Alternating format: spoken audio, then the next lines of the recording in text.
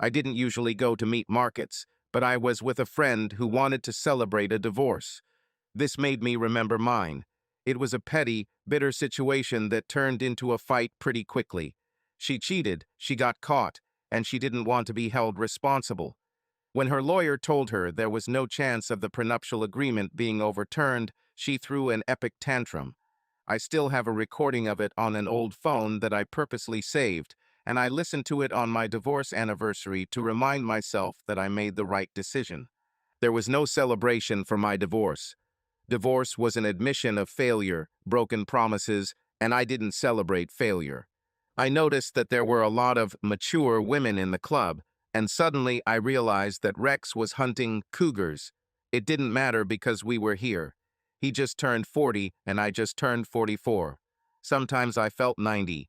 An active lifestyle and a passion for the gym kept me in great shape, but in the mornings when I got out of bed, I cracked and popped. My doctor once told me that I may be 44, but I have the body of a 30-year-old. In the mornings, my back said that this was not entirely true. Well, I'm not in a position to judge, so I tried to have fun. I danced a lot, and some of the women I danced with must have been in their 60s, but they almost wore me out. One very hot woman told me she was 67 and then smiled. I could show you something, darling, that would rock your world. I had no doubt that she was right, and while I was trying to figure out how to sneak away, Rex, drunk and happy, came up to us, smiling like crazy. "Who is this beauty?" Very soon they were dancing cheek to cheek. They disappeared within 20 minutes, and I didn't see him again until Monday. Having decided that I had enough fun for the night, I headed towards the exit. And then she came in. Her fiery red hair almost reached her waist. Her skirt was so short that if it moved incorrectly, it would have been a wardrobe malfunction. The white silk blouse was unbuttoned to the point that it was obvious she wasn't wearing a bra. Her face was round, with a cute nose and killer blue eyes. This woman was exactly what I was looking for, if I was looking for sex without commitment. Unfortunately, she did not arouse any interest in me. The mercenary look on her face confirmed my opinion. She looked around the club as if it were a buffet, trying to find the perfect piece. Her eyes swept over me and then returned for a second look. I was sure that I was on her list. But the woman she was with was a completely different matter. She exuded an understated elegance. Her clothes, her accessories, the style of her platinum hair did not scream money. They said she had them, and it wasn't worth talking about. She was perfect in the quietest way. It was also obvious that this was not her natural habitat. She didn't look uncomfortable, but rather more unimpressed. She sipped one martini while her friend had 3 drinks between dance partners. Several men, young men, asked her to dance, but she refused with a haughty look. She intrigued me, so I walked over while a slow waltz was playing. "Can I invite you to this dance?" She looked me over, assessing me, dismissing me with her eyes. "I'm 51. "Congratulations. Will this stop you from dancing?" "If your partner is over 30. "Well then, perhaps we should find one here and warn him not to ask. I'm much closer to your age than you think, and I'm certainly well past 30. Have a nice evening, madam." I was already halfway across the hall when I felt her hand. "Sorry. Obviously, I don't want to be here, but I am here. I might as well dance with a handsome man and make the best of it, if you still want." She was light as a feather and a very good dancer. I commented on this, and she smiled with a hint of sadness. "My husband and I took dance lessons as a way to keep fit. I enjoyed it, but not as much as he did, especially when he started doing the horizontal mambo with one of the instructors. The girl was 25, and she latched on to him. We got divorced, so he can marry her." That must have hurt. "Oh, yes, at first. But on the other hand, we had a very successful business, and we didn't have a prenuptial agreement, so I ended up owning half, plus our investment grew well. She drained it in 3 years, and I ended up buying his share of the business so he could pay her. He's still president because he has a good head for business, but he's terribly annoyed that he has to answer to me. I'm sure if he had the chance to do it all over again, He would never sign up for these lessons. By this point, we had already moved away from the dance floor and found a quiet corner. I smiled. So, you're beautiful, rich, own a business. Why isn't there another Mr. Angela? She winced. There were several candidates for this position. Unfortunately, their qualifications did not meet my standards. What about you? Now it was my turn to wince. She got a better offer from someone very similar to your ex. I don't think this is the perfect life she wanted. Rumor has it, he made her sign a pretty rigid prenup and is watching her like a hawk. After what she did to me, he should know that under certain circumstances, she would not hesitate to do this to him. Is there a little beauty out there somewhere practicing spelling Mrs. Reggie? There was one 2 years ago. Let's just say our life goals were different, and we didn't part on the best terms. Love sucks. Personally, I think love is a great feeling if you're with the right person. I raised my glass. For love when it's real. She raised hers. For knowing when it's right. We talked for another hour. I was surprised how quickly the time passed. I looked behind her and smiled. It seems your friend has found some guys in their 30s. Her smile faded as she watched her friend approach. She hesitated when she saw me, but continued to smile. Look who I found, Angie. I brought you one, but it looks like you already have a stallion. I think I'll keep both of them. See you tomorrow. She looked over her shoulder as they walked away. Maybe. Angela looked disappointed. It hit her hard when her husband left her. She had breast augmentation surgery and removed some wrinkles, hoping to get him back. He wanted nothing to do with her, and now she's on a path of self-destruction trying to prove she's an attractive woman. Lately, she's only attracted to parasites who take advantage of free sex and her bank account. I hope she comes to her senses. She's a really good woman and very attractive for her age. We have 3 other close friends in our circle. We're all friends from college, and we take turns trying to look after her and protect her until she comes to her senses. I'm starting to lose hope. I have no doubt that one day she will wake up with a terrible hangover, in bed with a man 25 or 30 years younger, trying to remember his name, and this realization will come to her. I'm too old to be that stupid. Then she will begin to return to normal life. You always need to remember that first of all you need to make yourself happy, and she is clearly not happy. Her face gradually lit up. Thank you, Reggie, for this great advice. I think in the near future I will care more about my happiness than the happiness of others. Her phone rang and she checked it. My car is already here. Can you walk me to the exit? I took her arm, we were walking, and she suddenly started giggling. What? Don't look back, but those platinum bitches are staring at me. Why are they doing this? Because they think I've won the grand prize. You're the most handsome, fit man here. Plus, they think, like I do, that you're no older than 30. They think I'm going to take you away for a night of passion where you'll have sex with me hard. The next day I won't be able to walk, and you'll jump out of bed ready to run a marathon.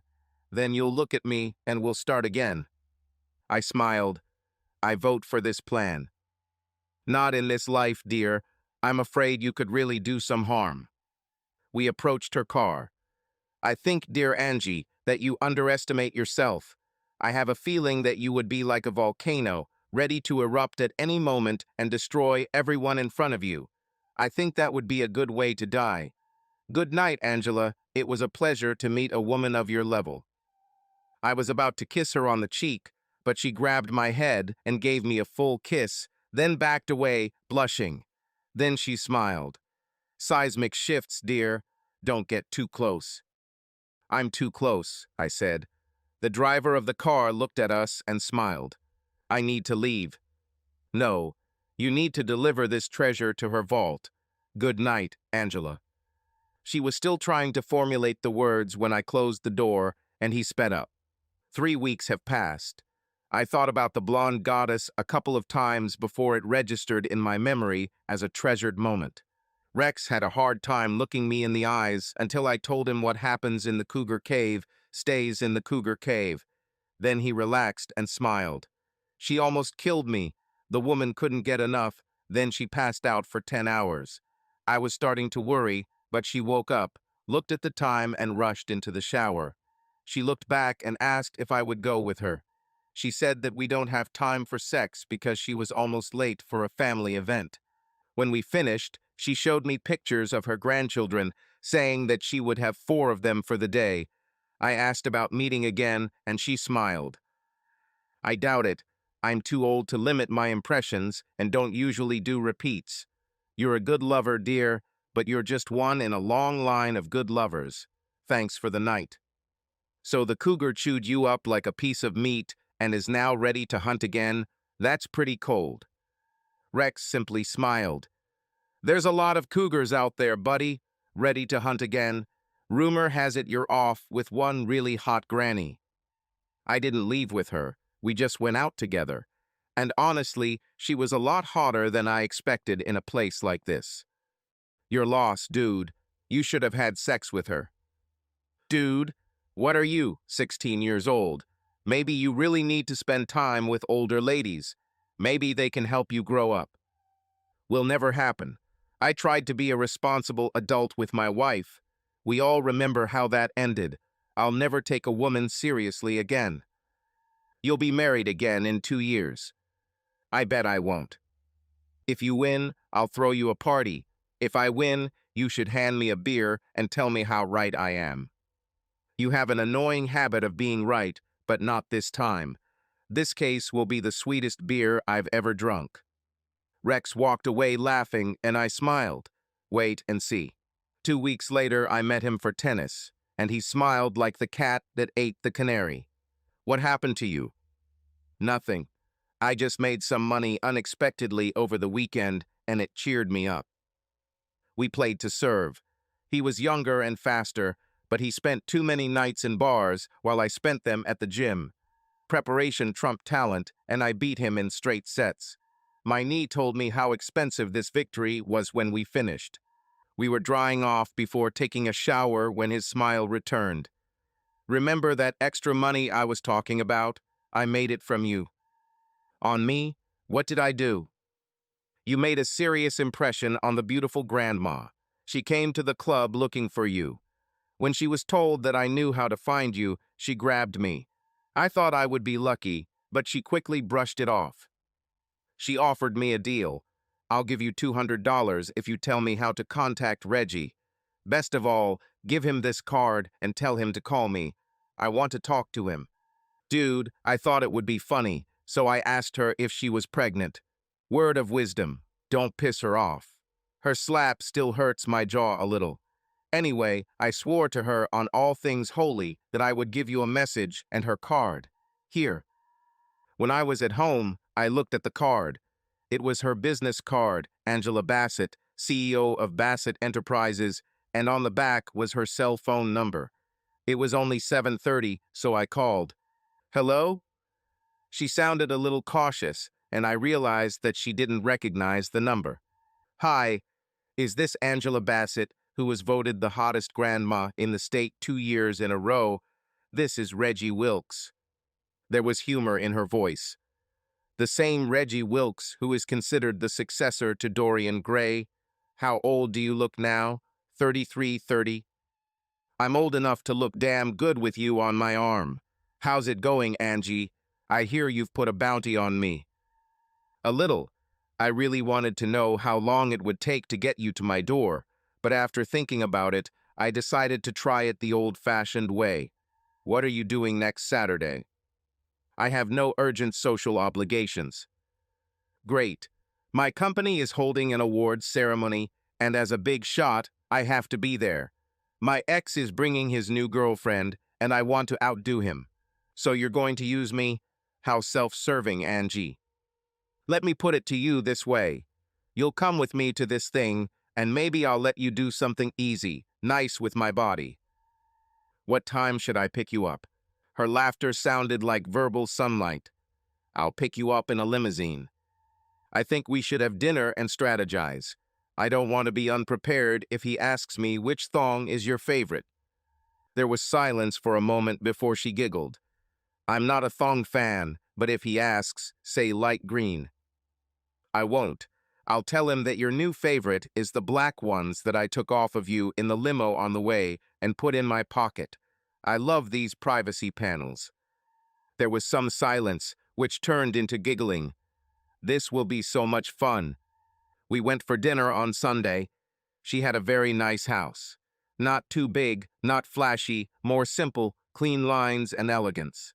After examining it through the eyes of a builder, I told her how much I liked it. She frowned for a second. You should have seen the McMansion he convinced me to buy. Why do two people need 6 bedrooms? This one has 3, but I have about the same area. I gave it to him in my divorce, and he lost it in my next divorce. He now lives in a 1-bedroom apartment and can barely afford it. It sucks to be him, right? First he lost quality, then he lost quantity. His next deal will probably be more of a pay-as-you-go deal. She gave me a sharp look and suppressed a laugh. Don't make me cry at the dinner table. It would be indecent. And thank you, Reggie. I shrugged. Sometimes all you have to do is tell the truth. This lobster sounds very attractive, doesn't it? We had a nice, leisurely dinner, and our conversation carried everywhere. We talked about places we've been, places we'd like to return to. Dinner was soon over, and we both didn't seem to want it to end, so I took her to a little place that a lot of people didn't even know about. It was a traditional music venue. One week it might be folk singers, the next it might be country or bluegrass. Some weeks they had African bands playing only percussion instruments, and sometimes blues or acoustic jazz. She sat all night, captivated by the performance, a blues duet consisting of a woman in her 30s and a man in his 50s. He played guitar and keyboards and performed other songs on bass and dubbed on harmonica. She was also a very good guitarist. They had bass drums and tall hats, and sometimes you wouldn't believe there were only 2 people on stage unless you saw it with your own eyes. When they had a break, the others looked at us sideways. I was wearing a very beautiful suit, and Angie was dressed to the nines in a copper-colored silk case that was literally dripping with diamonds. Most of them were wearing jeans and t-shirts. She broke the ice as the woman sat next to her, and soon her phone went off, and she began dialing numbers she suggested she try if she liked what she heard that night. When we left, Angie was still high on adrenaline and talking a mile a minute. I walked her to the door, and she sighed. I really want to invite you to breakfast tomorrow, but it's too early. We'll just put it on the IU and promise that if you're a good boy, very, very good things will happen soon. Until then, here. It was a kissing session. Finally, she pushed me away. Enough. Just a little longer, and we'll be removing the PG rating for this front door. Good night, Reg. Good night, my hot little granny. Take a look if you don't know what it means. See you on Saturday. If I thought she was a standout on a date, then the dress she wore to the event was nothing short of spectacular. Floor-length black in a shiny fabric with a high slit and a low enough neckline to make it clear that she had very nice breasts who just wanted to get out. Her slender legs were emphasized by what must have been 4-inch heels. She smirked at my reaction. Shut your mouth, dear. I told you I'm trying my best. Do you like the way girls look? I'm wearing a very impressive bra. You have very impressive breasts. Now I'll spend all night wondering what the bra looks like. She giggled and then handed me something. Here, a small gift to remember this night. I looked at a very tiny thong, lacy, black. Her smile grew wider. Yes, I wore them for a while.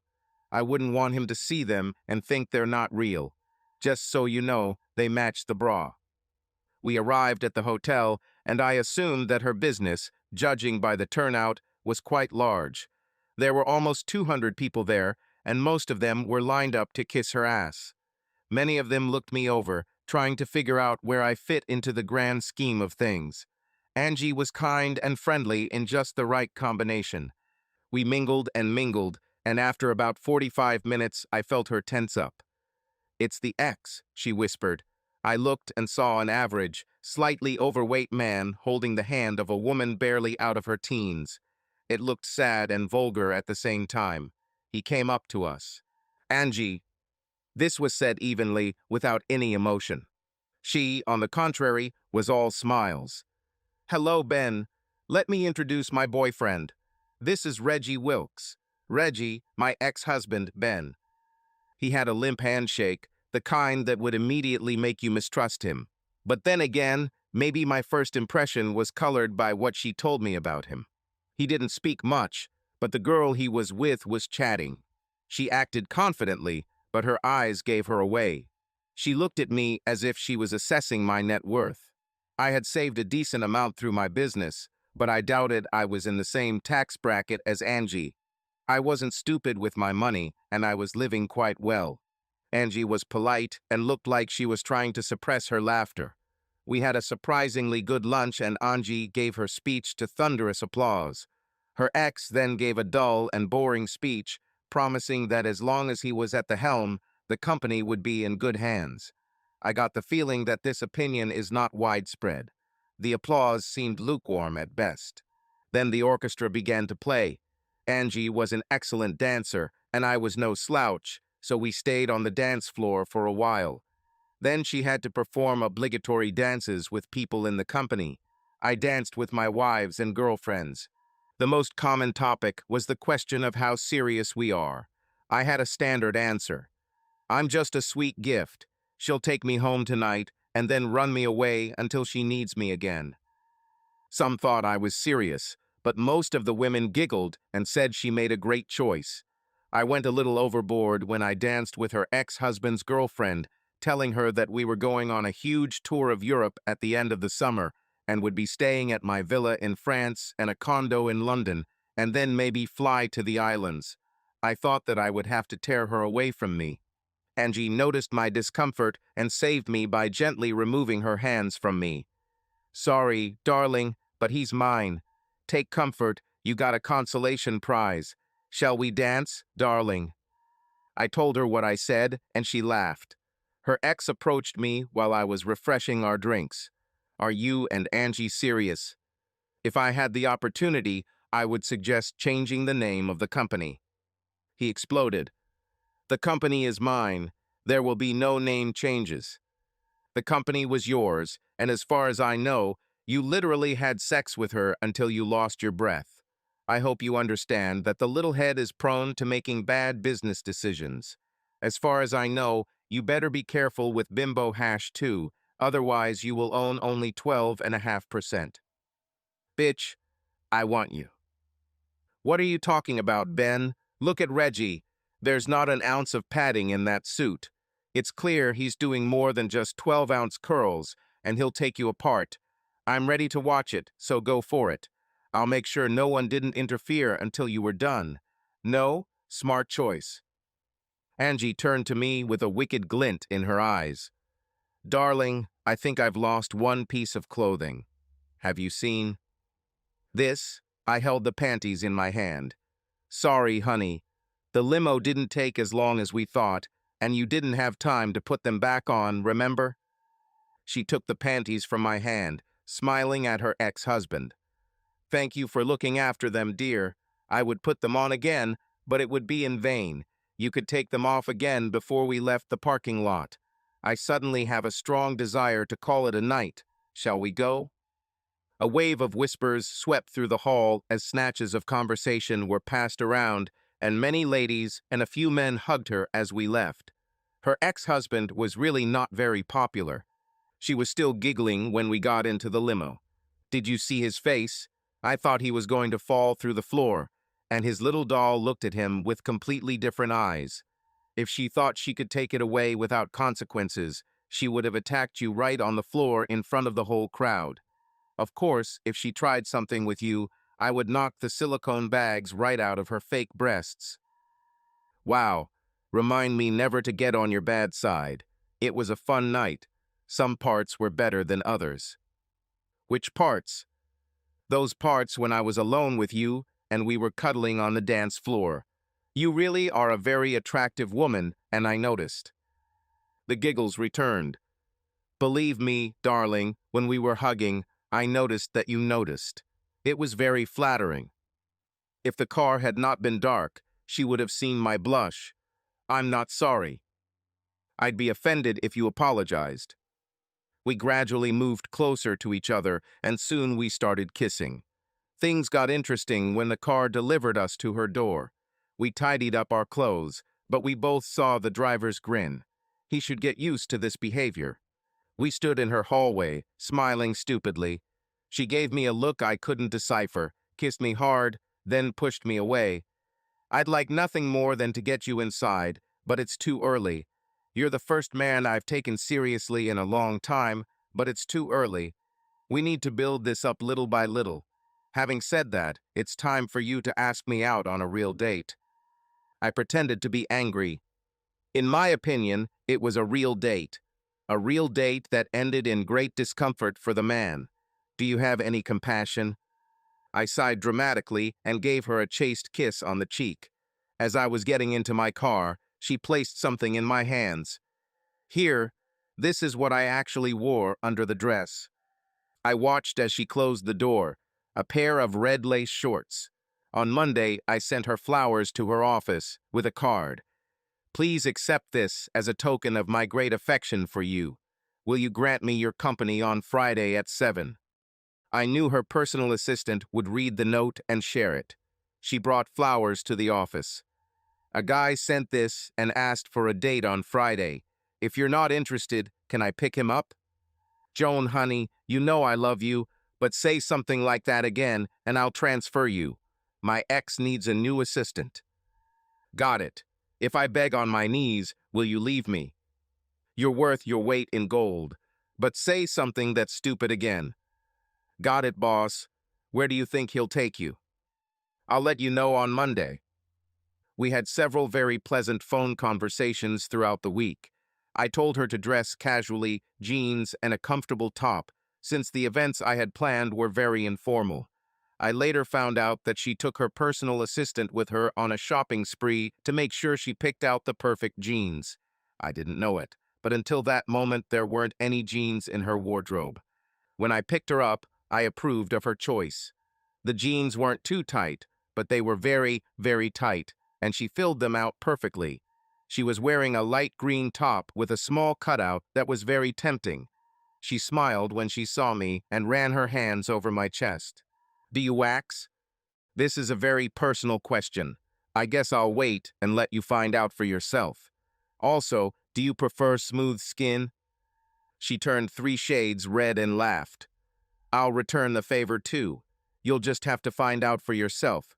So, where are we going? I took her to a small buffet restaurant that I had discovered. The menu for the evening was posted by the kitchen door and served family style.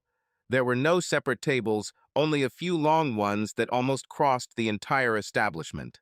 The food was served in large bowls, and if you wanted more mashed potatoes or meatloaf, you had to ask the person next to you to pass it on. It was rude not to talk, and soon you found yourself talking to the person opposite or next to you. Once Angie got used to the idea, she talked almost all the time. She shared dessert recipes with the older woman across from her and gave makeup tips to the young wife next to her. I talked about sports, cars, and avoided politics. One day, she held a baby in her arms while his mother went to the toilet and beamed with joy. She told me that she has 2 young grandchildren, but they live in California and she rarely sees them. She was very happy, and when we arrived at the music venue, she was just beaming. An acoustic jazz quartet was performing there that evening. Guitar, double bass, violin, and accordion. The guitarist was a woman. She and the double bassist shared vocal parts, while others joined in on the chorus. They played many instrumentals that showed their skills. We recognized some, but most were new to us. They were selling old-fashioned CDs, and Angie bought 3. They played some slow songs and invited those who wanted to come out onto the dance floor. We danced 3 songs. This time I made it to her couch, and we were literally millimeters away from having sex when she stopped us. I want it so bad. The problem is, if I get it, I'll want it all the time. Please let me set the pace. I promise that if we stay the course, the destination will be worth the journey. The journey is already worth it, my dear. I can wait, but I don't know if I can hold out much longer. Soon, my dear.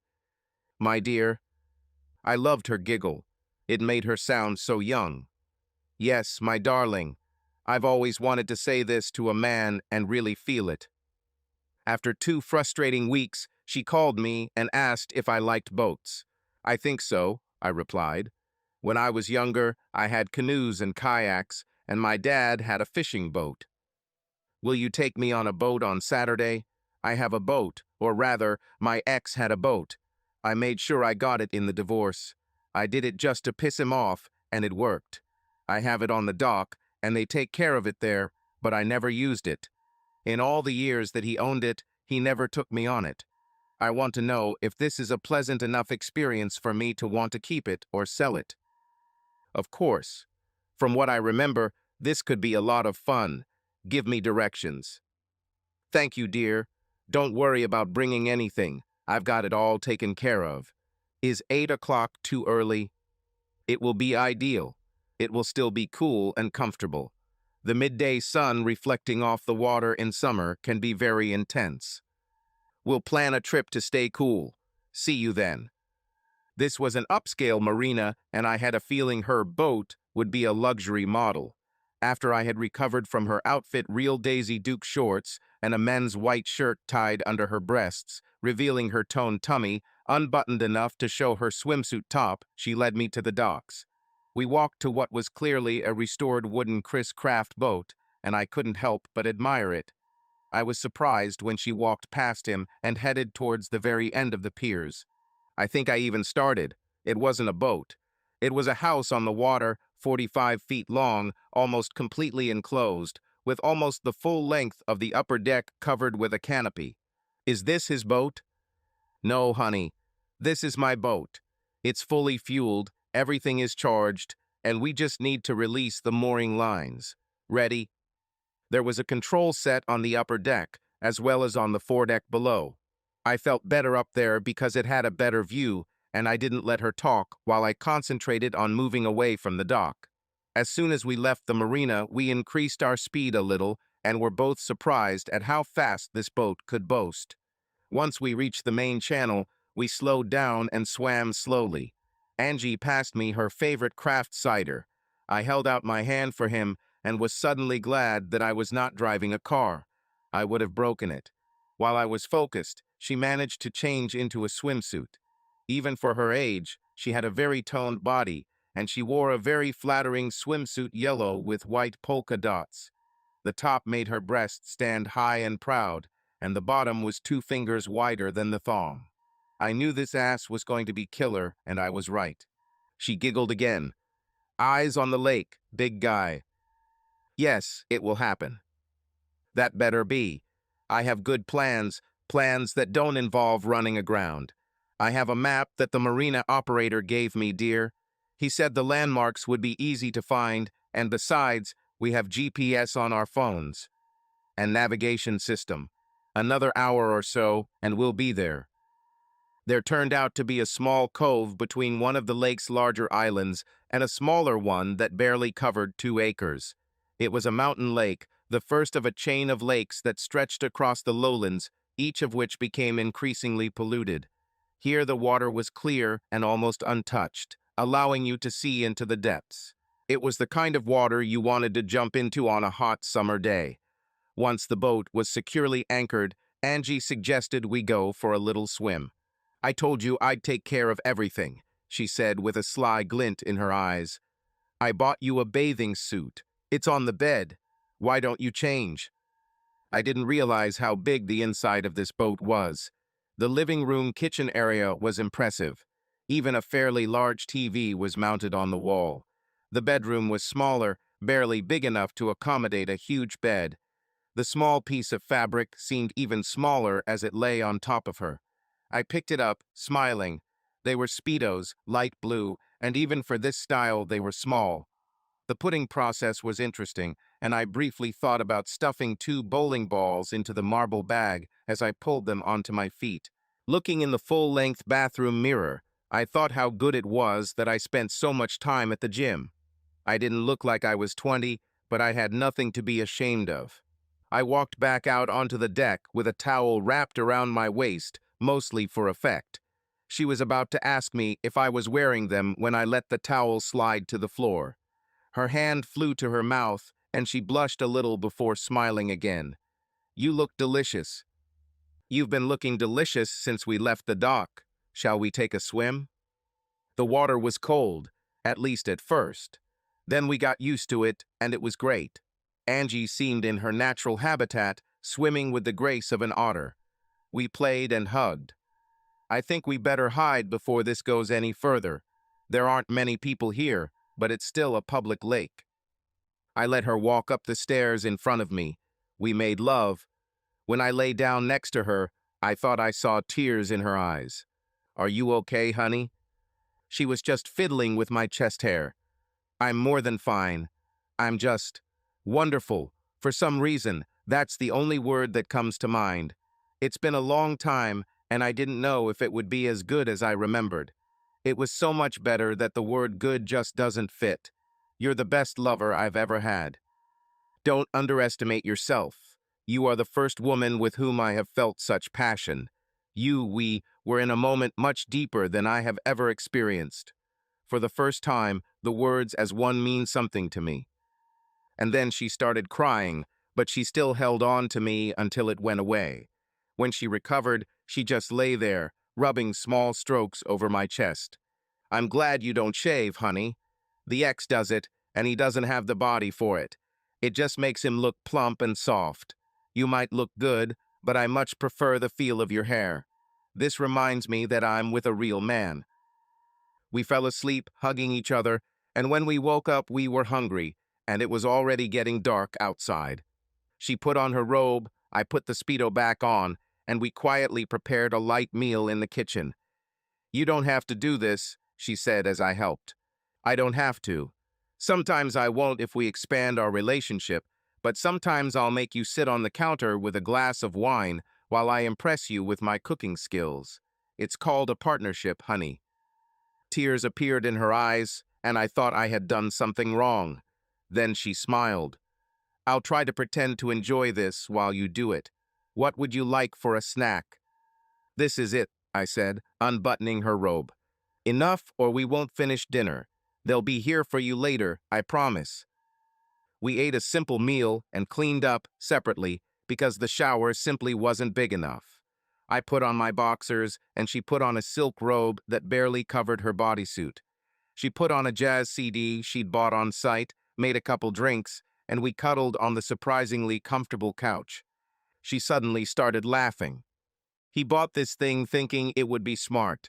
Now there would be no trace of motel receipts, and all he had to do was go out and meet his little bimbo at the next dock. I would never have known." How long did it last? Until the first time I saw it. It was registered in both of our names, and it cost very little to hook it up for video and audio. I let him go 3 times to get enough material, then used him to get a better settlement. I made sure he knew I was going to take it and gave him the Corvette that was worth half as much in exchange. "Sorry for asking, but why did you marry such an idiot?" I heard the sadness in her voice. "He was a good man when we got married. As we became more successful, he became more and more self-confident, thinking that his success should justify everything. Age became a factor, and frankly, I think she was the physical equivalent of a sports car in the midst of a midlife crisis. She wasn't smart, but she was very cunning and quickly tied him down, asking why he was still with a tired old woman when he could have been seen with her. When I caught them, this worked to her advantage. By that time, I didn't care. She was a joy to him. Instead of everyone admiring him for what he did and who he did to, most people thought he was stupid, and a lot of people actually felt sorry for him. I think when he realized that, it squashed his remaining ego for a while. Then she cheated him, and he was left with nothing for his bad decisions. I practically owned the company, and he had to live with it. It's very similar to what happened to me. I thought I was doing well, but she had tastes for more refined things, and it didn't take long before she found someone. It killed me for a long time, before I could cope, and made me very cautious in the relationship. I think I already told you, but it didn't quite work out the way she planned. The prenuptial agreement was pretty strict, and by that time she had burned all her bridges, so she agreed. I heard that she has a limited budget, and if she goes over it, she will be left without money until the end of the month. I think it will end badly in the next couple of days. Years. After all, he proved that he doesn't mind playing with people in relationships. Perhaps your ex and my ex will find each other after their next divorces. That would be funny. Time to go to bed. She took off her robe and spun around a couple of times before climbing into bed. We dreamed of great things, but she fell asleep as soon as we hugged. I chuckled in the darkness, feeling her breath. Quality over quantity. I like this lifestyle. We hopped in bed and in the water for the rest of the weekend, returning to the marina just before dark on Sunday evening. When we were returning, I asked her if we were in an exclusive relationship. Even in the dim light, I saw the sparkle in her eyes.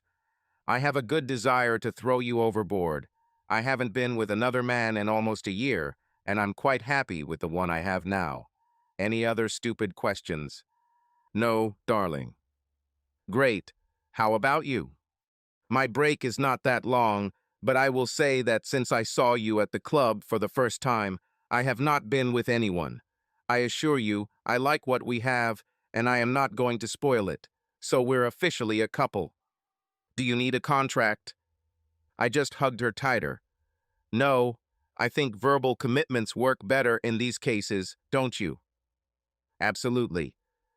We stood on the dock for several minutes before I collected my thoughts. Now what? Now we go to our homes and think about this day off and what it means to us personally. In a couple of days, you'll pack a few changes of clothes that you can leave at my house, move in on Wednesday or Thursday, and we'll see what happens next. How about Monday or Tuesday? Don't push it. I need to process this. I've been alone for a long time, and I need to get used to the fact that I'm part of a couple now. That's what we did. I arrived on Thursday, and she almost dragged me into the house. I left on Sunday evening and returned on Wednesday. Almost 2 months passed before she sat down to talk to me. Her version of the conversation usually meant that she did the talking, and I agreed. One day, she asked me why I do so many things for her. Because I like to please you. I enjoy giving you joy. In time, if I truly believe that you're making a bad decision, or I just don't like what I'm hearing, you'll know it.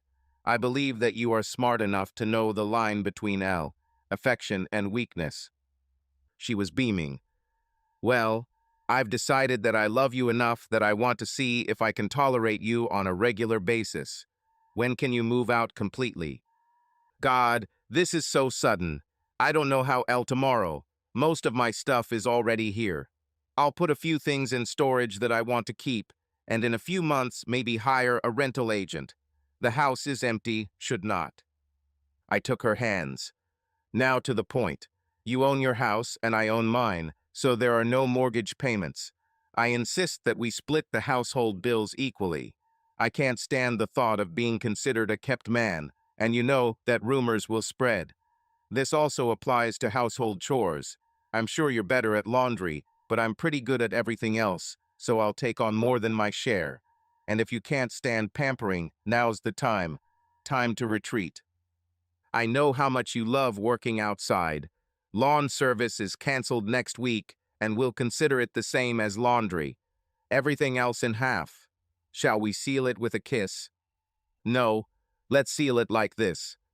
I picked her up over my shoulder, and she squealed and laughed, hitting my back as I carried her to the bedroom. Rumors quickly spread throughout her company. Angie simply smiled when her ex tried to warn her that I was a gold digger, and she posted pictures of us together on her desk and wall. Bimbo Hash too strongly hinted at the ring, and he had his own problems, so he let it go. 6 months later, we worked out our schedule. I was more of a morning person, so I was usually the first one to get up, make coffee, and sometimes make a light breakfast. She usually cooked dinner. I was mowing the grass, and one day I came up with an idea that I would pay for myself. We ended up splitting the costs, and I built an outdoor kitchen and patio. Angie wore sweatpants and helped whenever she could, even when I told her it wasn't necessary. This is our home, and I don't want to be excluded from any projects we do to improve it. It took almost 3 months, and we were extremely proud when we finished. The small covered structure contained a very nice gas grill, a charcoal grill, a 4-burner gas stove built into granite countertops, along with a small refrigerator and a deep sink. We could have easily hired contractors, but that didn't make sense. The point was that we did this together, and it was a labor of love. We sometimes invited friends, especially after we redid the yard. Angie sometimes entertained clients. I talked her into it. It's much more effective to invite them to your home rather than to some faceless restaurant. It creates a connection on a more personal level. This is your home. You live here. You show them parts of yourself that they would never normally see, and that often changes their perception of you for the better. They will relax and be much more open to any negotiations you enter into. Do not let them talk about business while they are here unless it is in very general terms. Her business partners were impressed. It was pretty easy to understand. They were used to dealing with her ex, and he was all about business, sometimes with heavy drinking and clubbing. He insulted one of the suppliers so much that Angie invited him over to apologize and insisted that he bring his wife. They were supposed to stay at a hotel, but she contacted his wife and insisted they stay with her. It became a quarterly event, and he responded in kind, inviting us to his place every 6 months. This usually devolved into shopping for the ladies and sporting events for us, but it was in good spirits. We took them on a boat once, and they were so impressed that they bought their own. Angie always thought of me as her life partner. At first it was nice, but then it started to annoy me. Almost a year after I moved, I met her son and his family. They lived on the other coast, and she rarely saw them. When he called and asked to come over, she was over the moon, cleaning until I made her stop. Do I need to disappear so you can spend quality time? She slapped me. You're part of my life now. They know about you, and I sent them pictures. So no, just no. He looked a lot like his mother, but I saw traits of his father in him, especially in some of his relationships. However, unless he was friendly, he was not aggressive. His wife and children were completely different. The boy was 9 years old, the girl 7. Heather was a true beauty from California and was as warm as a freshly baked apple pie. When she and the children saw the garden, they were delighted as it was the closest thing to real food they had ever seen. Before I thought about it, I promised them a trip to the farmer's market on Saturday. Angie bought the house and 3 acres of undeveloped land at a time when there were no neighbors nearby. I wanted a garden, but the woman who runs the homeowners association saw me working the land and rushed across the yard, screaming for me to stop. She then started telling me how many association rules I had broken and that she was going to impose a fine. The problem with this plan was that Angie's house and lot were not part of her development. It was already here, and buildings grew on both sides of it. I just laughed and continued to work the land, doing everything very carefully. Once the area was prepared, Angie helped me put up a white fence around it. From the street, you couldn't tell what it was. She immediately took control of the garden, telling me to plant more tomatoes, lettuce, and green beans. She searched for sites tirelessly and ordered enough to plant 10 acres. I made her choose based on the available space, and she immediately wanted to expand the garden. The president of the association caused a scandal and threatened to tear down the fence. I just smiled and told her that this might not be the best idea she's ever had, so she decided to sue me. Angie took the day off to come with me. The president presented graphs, diagrams, rules, and put forward quite convincing arguments. Then it was our turn. Angie showed the judge her deed of title, and when the judge read it, she laughed and tapped her gavel. Case is closed. We thought the woman was going to have a stroke when the judge explained to her that since our property was not part of her development, we were free to do whatever we wanted with it, within reason. The judge threatened her with a weekend in jail to keep her quiet. Angie had a mischievous glint in her eye when she asked me to make her a scarecrow frame for the next month. While I was doing this, she went shopping. When the scarecrow was ready, it was dressed in the same clothes that the association president preferred, down to the large straw hat she liked to wear in the summer. Maybe Angie exaggerated the size of her ass a little. It took 2 bales of hay to fill these stretch pants. She smiled. I read about a man in a similar situation, and this is what he did. I couldn't think of a better way to stick my tongue out at her. Every time she drove past our house to get to hers, she saw it. The other owners laughed at this, but tried not to let her see them. She lost the election for the next term, and the new president was much more lenient towards the owners. He even put on the ballot permitting small backyard gardens as long as they are properly fenced. Suddenly, we became better acquainted with our neighbors as they sought our advice. I got a little carried away and bought a huge walk-behind tractor that was practically sitting idle after I prepared our land, so I offered to help. Angie would come with me and sit with our wives on the patio or in the air-conditioned house while my husbands and I worked in the heat. They soon had a Facebook group for sharing tips and showing off the vegetables they wanted to show off. If they had more than they could use, they offered it to the group. Very little was wasted. Heather arrived on Saturday without her youngest. When I asked, she said he wanted to talk to his mother alone. Something was wrong. We all got into the rental car because it already had child seats. She seemed to really enjoy the market, although she rarely smiled. The children ran from side to side, trying to see everything. In addition to offering fresh vegetables, there was a subgroup of artisans. Potters, artists, jewelers. There was even a guy who wrote custom poems for $10 and printed them out on his laptop. I thought it was stupid, but he told me he earned $200 or $300 a day. Not bad for a hungry literature student. The kids came across an artist painting faces and practically begged him to do it for them. Heather hesitated, but I smiled and pointed to the children. He's a lion and she's a tiger. Full face. I walked away and was talking to one of the craftsmen when Heather came up to me with the children. The intricate face paintings made me smile. He smiled. "Does Angie know you're hanging out with this hottie?" Heather blushed, then smiled one of her rare smiles. "Mom knows, but if a girl can't trust her father-in-law, then who can she trust?" It caught me off guard, and I blinked a couple of times. The kids wanted to buy crystals, and she looked confused, but Bob smiled. "Now you will know how convenient it is to have a wealthy father-in-law. If he is a real grandfather, he will buy his grandchildren everything they want." Damn dust. I forgot how much there is at this time of year. Before Heather could object, Lynette picked out a pair of earrings, little fairies holding a tiny crystal. Jeremiah chose a necklace with a perfectly formed crystal. It was said to bring good luck and protection. Lynette heard what Bob said and hugged my knees. "Thank you, Grandpa." Jeremiah thought he was too old to hug, but he smiled. "Thank you, Grandfather." I was still holding Lynetta in my arms, and she seemed quite content. Bob showed Heather a ring with a crystal surrounded by gold bands that formed a flower.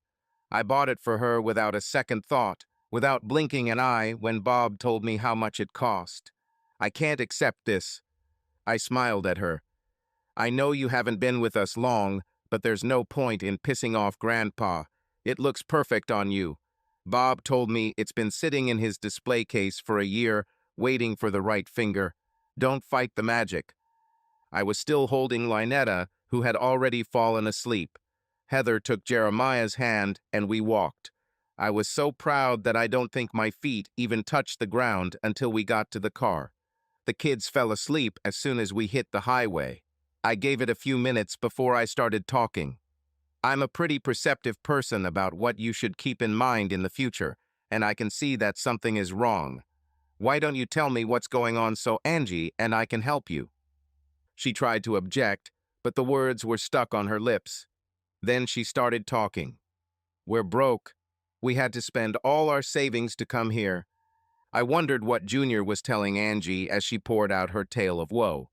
Junior was laid off under less than ideal circumstances and found it difficult to find work. They always lived large, and the money quickly disappeared. They lost their home, her rental car, and had to pull their children out of private school. It killed his soul to come here, but we had no choice. We asked his father first, but thanks to his personal choices. She snorted disdainfully. He couldn't. Mom is our last hope. Don't worry too much about Angie. She won't let her grandchildren suffer, and neither will I, for that matter. What is he asking? I have no idea. A short-term loan, probably. Something to tide us over until we find a job. He doesn't want me to work, but if I find a job before him, it'll be his problem. I knew Angie. She will not leave her son and his family in trouble. I also knew that she wouldn't just blindly give him money, especially if he was anything like his father. He will receive help, but there will be conditions. When I asked Heather how much cash they had, she blushed and didn't answer. I made her stop in the parking lot of the bank branch where I worked and withdrew $1,000 in cash and gave her an envelope. Don't argue, don't object, just put it in your bag and use it as you see fit. And if you ever say a word about giving me my money back, I will be deeply, deeply offended. You will quickly lose your status as a favorite daughter-in-law, it's clear. I decided to drive to give her time to cry. By the time we got home, it was already packed. Angie and Junior were waiting for us in the living room. Lynette ran up and jumped into her lap. "Grandma, I'm a tiger. Look what Grandpa gave me. Aren't they cute?" I saw the youngest tense, but Angie simply smiled, hugging the child. "They are amazing. Grandpa has never given me something so beautiful." This wasn't entirely true, considering the ring I had hidden in the shed. I just couldn't find the right moment to give it to her. Because I'm the youngest and a girl. Grandpas are supposed to do things like that. That's what Jenny says. "Well, your friend Jenny seems to be very smart. Jeremiah, do you have something to show me?" He smiled and pulled the necklace out from under his t-shirt. Grandpa's friend said it was supposed to protect me from evil spirits. Mom got something too. She hesitantly showed the ring to Angie. She looked at me in surprise before tears started running down her cheeks. "Now I'm going to have to keep a close eye on your grandfather, or you'll end up with a lot of jewelry. Lynette, do you want to help me make cupcakes?" Soon they were both holding her hands, leading her to the kitchen. The younger one looked at me for a while. "You are not their grandfather." Heather gasped. I just looked at him calmly. "No, not by blood. Do you think it matters to them? Does it hurt a child to think that there are more people who love him? Where is your father, Benny? He's too busy to see his only grandchildren, his testimony of immortality. Do you have any idea how valuable this is? Most likely not, but you should understand." I kissed Heather on the cheek and left. I went out to the garden shed and sharpened my tools for 40 minutes. My father taught me from an early age that hoes, shovels, picks are all like knives. They are carvers, in this case, soil carvers. If they have a sharp edge, they do their job better. Once I was done, I started sharpening the pruning shears, and by the time I was done, they could be used to cut hair. There was a soft knock, and Heather asked if she could come in. I simply nodded, and she stood there hesitantly. "Please don't hold it against him. He is facing the worst failure for a man, not being able to provide for his family." "I understand that, dear, but it especially means that you should not attack the hand that is trying to help. His father made bad life choices. It is not the younger man's fault. It is his fault. His bright future with a woman of exceptional quality disappeared in one day, and he will never return it. He needs to come to terms with his choices and try not to repeat them a second time. His son has to make a choice too. Angie has told me many times how much she misses you, especially the grandchildren. Heather, she will take care of her family. I know her well enough to do that. But I also know that she won't just blindly give him money and hope for the best. She wanted you to live here for years, and this is her chance. I bet she will offer him a job. He is not my heir. I already told her that I don't want to have anything to do with it. To her company, it's none of my business." Changing the subject, where did you stop? "We stayed at the Marriott for the night. After that, I don't know. I think I have an idea, but I need to talk to your mother-in-law first." Let's go, it's almost dinner, and I'm sure Jeremiah doesn't like to miss a meal. She hugged me tightly. I wish they were your grandchildren. I'd sleep a lot better at night. I looked around the kitchen, noticing the mess from the little kids trying to bake, and made a decision. We're going to grill today. I asked Heather what their favorite foods were and sent her in my car to the store. The younger one went with her. I wondered what they would talk about. Angie put the kids to bed after they were cleaned up, and we took advantage of that to tidy up the kitchen. It was fun. Her face was glowing. I wish I could film it. Heather was helping until she went looking for you. Junior went to visit his dad for a while. Her tears flowed. I wish we could keep them. Lynette is a big fan, dear. She told me Grandpa Reggie is going to cook the corn you picked for her tonight. Do you mind if they call you Grandpa? About as much as I hate it when you call me darling. Oh, how disgusting. She giggled. Yeah, maybe I should call you something else. How about honey? Ugh, stay on darling. Okay, she said before hugging me. We were in the middle of a serious kiss when we heard giggling. Linny woke up. Before she could move, I grabbed her, and we both showered her with kisses for a minute. Grandpa, are we going to cook the corn? Yes, we will. Come with me. I put the corn cobs in ice water earlier, and they were ready. I placed Linny on a large chair at the prep table and showed her how to pull back the husk to put the butter inside and then seal it tightly. I tied them with fireproof ties, and they were ready. By then, Jeer had woken up and was helping. Their mother walked in, and they rushed towards her, asking if she had bought their favorite foods, hot dogs and hamburgers. She did buy them, as well as steaks, chops, and some chicken breasts. Jeer helped me thoroughly rub the chicken and wrap it in foil. Mom rubbed the steaks and chops, letting them sit and come to room temperature. Angie caught up with her afterward to help with the sides: coleslaw, big thick steak fries, and sliced zucchini that was marinated and ready to grill.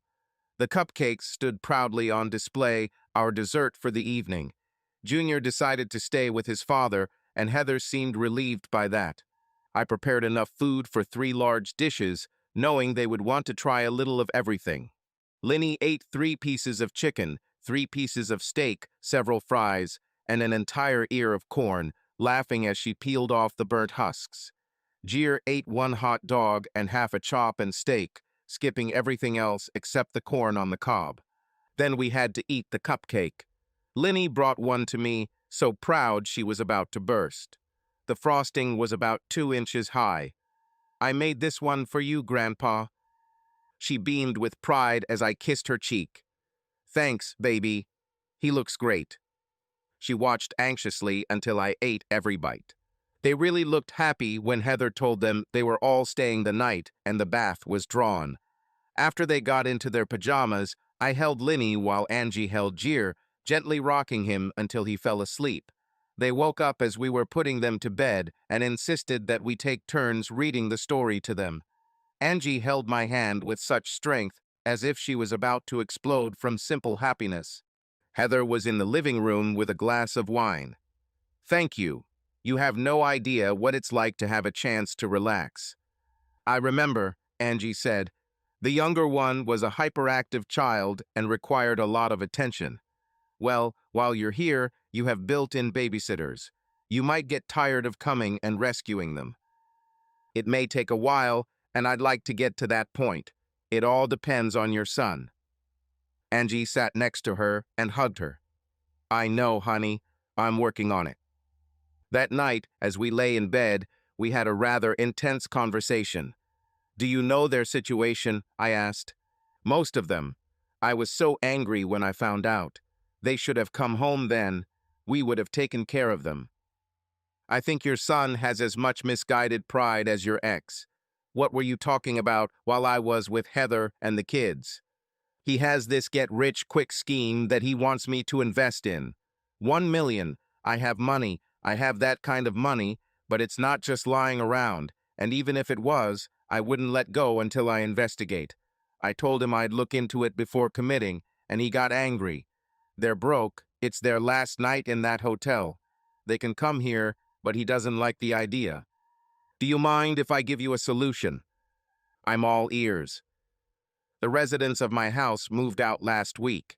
I knew it would only be for 6 months, but they moved out, and the only reason they needed a house was to have somewhere to live while their house was being built. Let them live. It's free there. It'll give them some privacy while they come to terms with their situation.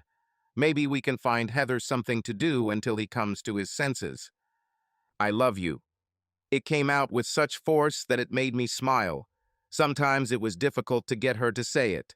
Every time I came close to talking about marriage, she put it off, citing the age difference. This was really starting to annoy me, and one day she said it too many times. But dear, I'm 7 years old. I lost it. Before she knew it, I had her on my lap. I took a minute to admire her beautifully defined ass before my hand dropped. This will happen every time you mention it, understand? And I'll add 1 hit each time. Get your head out of your ass and accept that I don't care how old you are. You are the one I chose. Maybe this is your way of telling me that things won't work out between us. If that's the case, I'd better leave now. She was still sitting on the sofa, sobbing, when I walked past with a suitcase. Her eyes opened wide, and I felt that she didn't believe me. Honey, wait. I'll call you, but not soon. Give me some space to decide whether I'm wasting my time or not. She begged as I walked out the door. I was part owner of a construction company and one of the field emergency managers. I decided it was an emergency and spent a week in another city raising an office complex. The unions gave us a hard time, and some suppliers listened to their recommendations that our materials should become scarce. I wasn't in the mood, so I pulled all our employees from the site and assigned them to other projects. 2 days later, a for sale sign appeared in front of the property, shocking everyone. The unions made threats, but I was within my rights and told the truth to the newspapers and local television stations, backing up my words with facts and figures. Unions suddenly began to feel pressure from their members who were out of work, and politicians began talking about permits and investigations. Suppliers had a heart attack when I canceled almost $2 million worth of orders. We have a contract. You really have. And the fine print of this contract says that if you are late with deliveries more than 3 times a month, we have the right to look for other suppliers. Have a nice day. Everyone tried to make me out to be a villain, but the public was not deceived. A month later, we returned with better contracts from suppliers, and the unions became much more flexible in achieving their new goals. Both of my partners thought I was a genius, but I was just angry and needed to take it out on someone. 9 days after I left, I walked out of the trailer that served as my construction office and saw Angie sitting in her Mercedes. She looked scared to death, but determined. When I approached her, she came out, and I think our hearts were in our throats. As she approached me, she tried to speak before she let out a small cry and jumped into my arms, trying to kiss me and talk at the same time. I finally gave up and took her to the office. I looked at the engineers and production assistants, and everyone suddenly had the urge to grab coffee at the cafe next door. I closed the door behind them. Sorry for spanking you. There was a lot of frustration building up there, and I just snapped. Please, if we stay together, just stop. I hope by now you understand how much I care about this number. I think I finally understand. I forgive you as long as you never do it again. All I promise is that if you come close to this again, I will remind you how it ended last time. Agreed. Now let's go home. You must kiss this place 7 times for each time you hurt. I couldn't help but smile. I will do it twice in one go to apologize for my crime. We sat and talked and kissed until the team got up the courage to go back. I looked at my assistant. You're on your own until the end of the project, Mark. You've proven yourself capable, so consider this a test. If you can handle it, we always have room for another project manager. And Mark, no favors, okay? They will test you hard. Squash it at the very beginning and categorically refuse to back down, got it? Fine. See you at the head office. He delivered the property a week ahead of schedule and saved $20,000. He had 10 of our employees, and I told him to give each one $1,000 as a bonus and make sure he was the one giving them the money. I gave him 3. Angie and I gradually got back to where we were, but I wasn't as happy as I should have been. The fact that she avoided talking about marriage really bothered me. If she wanted to wait, that's fine, as long as I could see a happy ending. I remembered my first marriage, before the bad things happened, and realized that I loved being married, having a vow and a document to prove to the world that we were one. Now her son was here, and she was really tense. 2 weeks later, she told her son the bad news.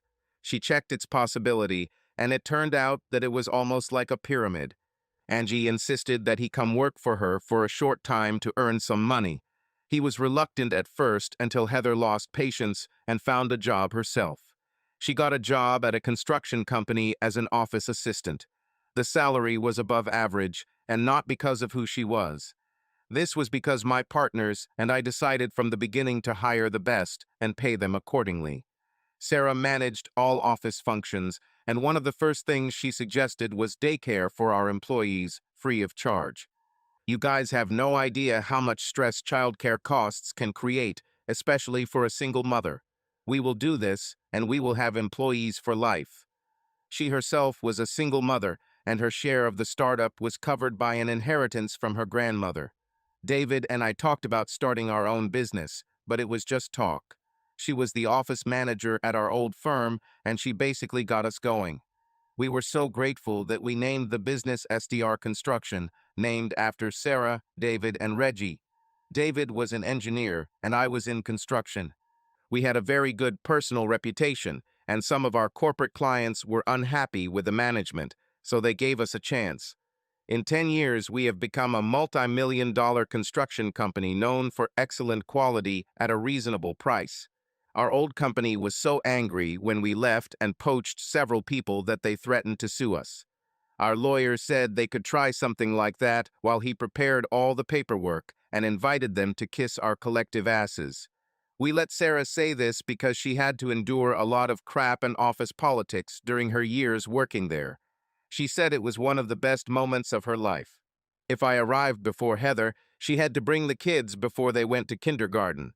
I received hugs and kisses and really enjoyed starting the day that way.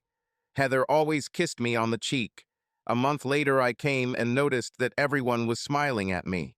On my desk was a huge mug with photos of Linny and Jeremiah on the sides. On the other side, it was written, "The best grandfather in the world." But the most touching thing was on the smaller mug next to her, with a photo of Heather and the inscription, "The best father-in-law in the world." I put them on the shelf so they would be the first thing I saw every morning, right next to the photo of me and Angie. Heather was called into Sarah's office and was informed that her position had changed. Now she had to run errands for the company, she needed to have good transportation, and she was asked to choose a suitable SUV so that it could accommodate everything she needed. After she cried, she made me go with her to the Ford dealership, where she chose the same model as mine, a 4-door sports model with a small body. Angie just smiled as she talked about it. The closer I became to Heather and the children, the more distant her husband became. Ben SR came to me one day, apparently to threaten me. "Stay away from my grandchildren. They are not yours." I think I made him nervous when I smiled. "Have you told them that yet?" "Oh yeah, to say that, you'd have to spend time with them first, wouldn't you? How much time have you spent with them since they've been here? Did you take them somewhere or just watch them play? According to them, you didn't. And if you want them in your life, the best way to achieve this is to include them in your life." The aggression came out of him like air from a balloon. KC doesn't really like them. Then you have to make a choice. Barbie Bimbo or your grandchildren. It should be obvious, but I don't know your priorities. To be clear, I will stay out of their lives if Angie or the kids' parents say so, but I don't think so. That's likely. Now, if you'll excuse me, I need to put together a playset. Do you want to help? I must have made an impression because he followed me to the house. Angie and Heather could have been knocked over by a feather as he stepped out of the car, and the kids surrounded us both. It was quite a complex set, but I owned a construction company, and once Benny figured it out, it wasn't so bad. An hour later, he was pumping Jeremiah while I was pumping Linny. The ladies took over, and we drank some beer while watching them. He had tears in his eyes. I've made so many stupid choices in my life. From what I've heard, I have to agree with you. We don't know each other that well, but today showed a different side of you. The problem with stupid choices is that over time we learn from them. So, would you like to come to our weekly barbecue on Sunday? Heather took a lot of photos, and they ended up on her Facebook page later that evening. There were pictures of Benny and I tightening bolts while the kids waited impatiently. Some of the last ones were where we each rocked a child with the caption, "Grandfather's Rule." Angie was all excited after everyone left. "You're going to get some good love today. How did you do that?" "I didn't do anything out of the ordinary. Honey, you know by now, if there's something that needs to be said, I don't really hesitate. He deserves to be in their life if he can. I know my heart would be broken if I lost them." Damn it. Then she started crying and almost ruined the mood. Luckily, she recovered by the time night fell. There was a kind of truce between us and Benny. He came about every 2 weeks for barbecues. Sometimes he helped, but mostly he played with the children. Bubblegum Barbie saw him slipping away and gave him an ultimatum, but he didn't react very well. She moved out of the townhouse within 2 weeks. She was allowed to take all her clothes and jewelry, but she threw a fit when he said she couldn't take the sports car he rented for her. He finally told her that if she didn't stop, she could take the car and the 27 payments that were left on the lease. Heather was happy and enjoying her job. She was treated like any other employee, even if her father-in-law was one of the owners. This happened very rarely in the beginning, and she dealt with it. After that, everyone treated her like other workers, and she simply smiled and responded in kind. I looked at my life and realized that only 2 things were missing for it to be perfect. One would be the day Angie and I walk down the aisle. The other is when the younger one finally gets his life together. For some reason, he decided that all his problems were directly related to me. Angie and I had several intense discussions about how he was trying to treat me, and when Heather tried to talk to him about it, things went south. This turned into a full-blown, unbridled conversation, the gist of which was that if he didn't like his life here, he had 2 options: improve it with your own efforts or leave, but she and the children remain. He crashed on his dad's couch for a few nights before his dad got tired of it and kicked him out, telling him to be a man and go back to his family. He returned home, but was sullen and often lashed out at his children. Heather was almost at her breaking point, and suddenly things got worse. Angie fired him. It almost killed her, and she spent many nights clinging to me and crying herself to sleep. She began to trust him, and he made great progress in the position she gave him, but he still harbored resentment and wanted to return to California. Heather wasn't keen on the idea. "Why would we do this? I already uprooted this family once and started again. I don't want to do this anymore." She sighed. "You need to think about this. You're making more now than you did in your best year in California, and unless you've turned into a screaming idiot, you should realize that both of your parents are hoping you'll take over the business in a few years. I have a job that I really love. We don't have a mortgage. We don't have car loans. We basically just have living expenses, and we live pretty well, though. The kids absolutely adore this place. Adore your mother and think both grandfathers could change the world if they wanted to. Think about how they would feel if we left. They only have one grandfather. The other one is just a loser with whom my mother lives." Heather hit him strongly. "Don't you dare say that to me again, not in this life. If you haven't noticed, we live rent-free in a loser house. I drove the car he got for me, and if I picked up the phone and said I need whatever it was, it would appear right away. Lynette told me the other day that she will build houses when she grows up, like Grandpa. I think Jeremiah will be the next business tycoon. He likes to go to the office with Grandpa Benny. We have a very bright future here, dear."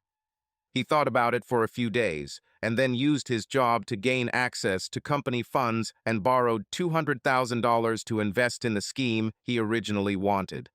The plan was to invest the money, make a fortune, pay the money back, and let the profits run until he saved enough to move back to California in style. This failed when there was no profit and the scheme failed, leaving many investors in debt. Accountants discovered this 3 weeks later. Angie fainted when she found out, and her assistant called me and Benny. They called an ambulance, and she was taken to hospital for observation. We met in the emergency room. The doctor told us that they were treating her for severe shock and wanted to keep her overnight. Benny and I walked down the hallway for 4 hours, and he only left when his new girlfriend came to pick him up. She was still a young model, but only 8 years younger. She didn't let him relax too much. She kept him on his toes, and her grandchildren adored her. He didn't admit it, but he was so in love with her that he didn't see anything around him. He told me one day, while we were grilling, that he was tired of living in a condo and was looking for a home. Vicky actively helped him, just as a woman's opinion, he explained. In fact, he said he would buy the one she chose. The thought flashed through my mind that he would get married before me, and I felt sad. I never stayed in the hospital, sleeping on a chair next to her bed. She woke up around 3, and I spent another 2 hours holding her while she cried before the morning shift came in and gave her another sedative. She was discharged that same day, and Heather was there to take her home. As they walked her out in the stroller, Heather noticed how fragile she looked and burst into tears. I ended up driving the car while they sat in the back, hugging each other. We got her settled in the house, and Heather told me what was going on in her world. He left, Dad. I came home and the bedroom was trashed. He gathered as many clothes as he could and disappeared. I don't know if he'll come back. She started calling Angie Mom after 6 months. Her parents moved to Portugal, and if she was lucky, she saw them every 4 years, so we became Mom and Dad, the ones to go to with a problem. She smiled when she called me Daddy for the first time. I call Angie Mom, and you're the best dad I've ever known, so if you have no objections, it's Dad. I had no objections. Heather checked the bank accounts, and he emptied them. There was quite a significant amount in the savings account. She once told me that sooner or later I would probably kick them out, and they needed an escape plan. Angie told me that they were actually saving for a down payment on the house I would build for them on an acre of her land. Heather was furious and spent most of the week staying with us. The children were happy, but in the end, they wanted to return home. 2 weeks later, Angie was so angry that she activated the GPS in his car, a car that belonged to her company. According to the app, he was in a small town in Texas. Benny and I flew out to find him. We found him in a small bar, surrounded by regulars who listened to him talk about what a great businessman he was. As long as he bought drinks, they agreed with him. Benny patted him on the shoulder. Son, it's time to come home. He turned on the bar stool, eyes widening. Then he saw me. Come to gloat, you bastard. You took my family away from me, you bastard. I almost felt sick every time Heather said Reggie did it, or you should see what Reggie got for the kids. Then he turned to his father. And you just stood there and let him take everything. What kind of man are you? Benny looked at him for a long time. Do you know what Reggie took from me? Nothing. Everything I had, I threw away myself long before I heard his name. It took me a while to pull my head out of my ass, but I did it. Now I'm closer to your mother than when we were married. She is now a friend, and for a long time I had no friends. But you know what? This isn't about Reggie or your mother or even me. This is about you and what you did. Now be a man, get off that chair, and come home to face the consequences. I didn't have time to react when he jumped from the chair and hit my father. He stood smiling, swaying a little. Would you like to try it, old man? I smiled. Yes, I really do. I'd like to say it was an epic fight, and we fought all over the bar until we went outside to continue, but it wasn't. The younger one knew nothing about fighting. I knew. My father was an amateur champion as a Golden Gloves boxer in his teens, and was on an elite boxing team while serving in the Navy. The military gave him a new understanding of fighting, and he passed it on to me. I didn't box, but I did wrestle in college, and he did it for me just in case. This came in handy at the beginning of my construction career. Sometimes you can't just reach an agreement with a guy. Sometimes you need to make a statement. With the youngest, I felt like I needed to make a statement. Iya made it. I could have done this all day, but the deputy tapped me on the shoulder. "We can stop. We'll take it upon ourselves." The bartender called when he knocked his father out. Another sheriff's deputy pulled Junior onto the bar to handcuff him while medics checked Benny. He took a pretty serious hit and was sent to a local hospital to be evaluated for a concussion. We didn't have to press charges. The bartender and police officers happily did it for us. Disorderly conduct, damage to personal property, 2 counts of assault, and 1 count of assault on a lawman when he kicked a sheriff's deputy while he was handcuffing him. Bail was set at $25,000, and neither Benny nor I wanted to pay it. He spent 3 weeks in jail before he had his first hearing. On the advice of a public defender, he pleaded guilty to lesser offenses, was found guilty, sentenced to a year in prison, and released on time served in custody and on probation. He also had to pay damages to the bartender for the chair and pay a fine of $5,000. Angie flew out and paid for it, on the condition that the state would allow him to serve his probation at home. It effectively imprisoned him, which didn't help his mood. 3 weeks after he returned home, Heather asked him to leave. "You are no longer the man I married. Why aren't you happy? You had everything, and you were too stupid to appreciate it." They were at home, and the children were with us. He swung at her, but she laughed in his face. "Go ahead, but as soon as you stop hitting, you better start running. Daddy will come for you, even if he has to look to the ends of the earth for you, and I would love to be there when he finds you." He left after 3 hours, but came back 2 days later because Angie called and said if his ass wasn't home by the time he had to check in with his parole officer, he was on his own. Benny had found a house by then and allowed him to live in his condo until the deal was completed. Heather wasn't kidding, and when she filed for divorce and asked for temporary child support, he was furious. Angie made it clear that he could no longer work for the company and he was left without a job. If he doesn't find a job soon, he will violate the terms of his probation. I thought about the whole situation while Heather cried on my shoulder and Angie comforted her on the other side.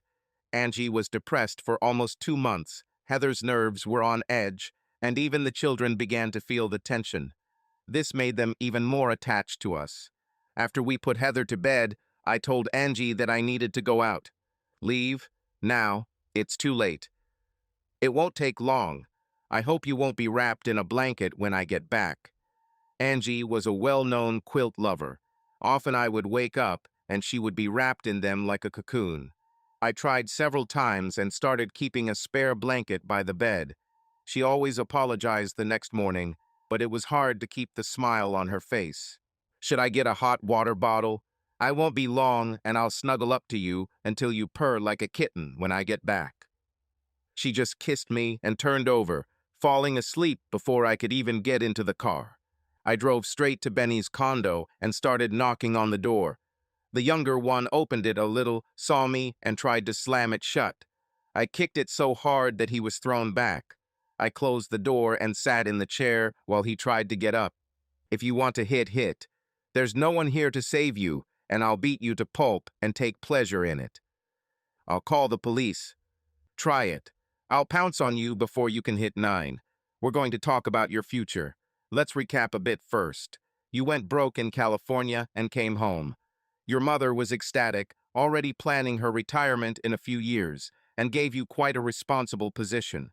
We gave you a place to live, cars to drive, and looked after the children as often as you allowed.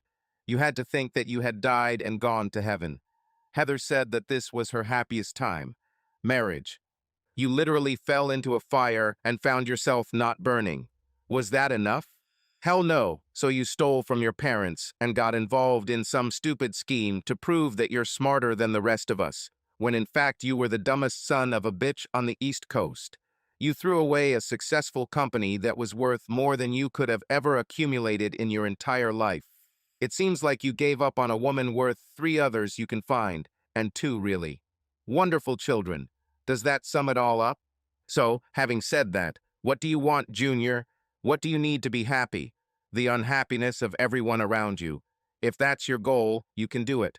This is a one-time offer. Refuse and I'll leave. Just so you know, a woman like Heather will not be lonely for a long time. Even with 2 children, some good person will understand how valuable she is and will make it his life goal to achieve her love. Maybe you want to go to prison. That would be a real discovery for you. I'll tell you, boy, you're a coward, and there's nothing prisoners love more than fresh meat. I was on the rise, releasing things I had been holding inside out of love for his family, but now it was time to take the gloves off. I walked around the room while he sat on the sofa and trembled. Finally, I stopped in front of him. Well, what are you going to do? Are you going to become a man, or are you going to prove that you really are a coward? Well, damn, he started crying. I thought it was funny and sat down until he cried. I don't have a job and no one in this area will touch me. I can't leave the state or I'll be violating my probation. If I don't get a job soon, I'll be violating. If I even get a parking ticket, I'll be violating. I'll never get my family back. My parents despise me and you must be enjoying it. I hit him. Done complaining? I'm going to do something for you, even if it pisses me off. I assure you, I'm not doing this for you. I'm doing this for the family I love. I threw one of my business cards. Be at this address on Monday at 8. If you don't show up, I'll wash my hands of you. Don't wear a suit. It might not be necessary for long, if at all. Wear some sturdy jeans, good boots, and a work shirt. You've just entered the construction business. You will work like an ox, and you will not complain, whine, or cry. You will become a man, and you will do what they say. I will find out if you don't. I headed towards the door. By the way, 25% of your salary will be withheld and sent to Heather each week. You still have kids to support, and if you have any hope of getting your family back, this is a good place to start. I wondered, driving home, if anything I said connected. We'll see on Monday. I grinned when I saw Angie wrapped up like a mummy. I told her one day that she must have been a lizard in a past life, because I had never met such a cold-blooded person. She simply smiled. Lizards love to lie on warm rocks. I understand that. I like to lie cuddled up to a man who keeps me warm.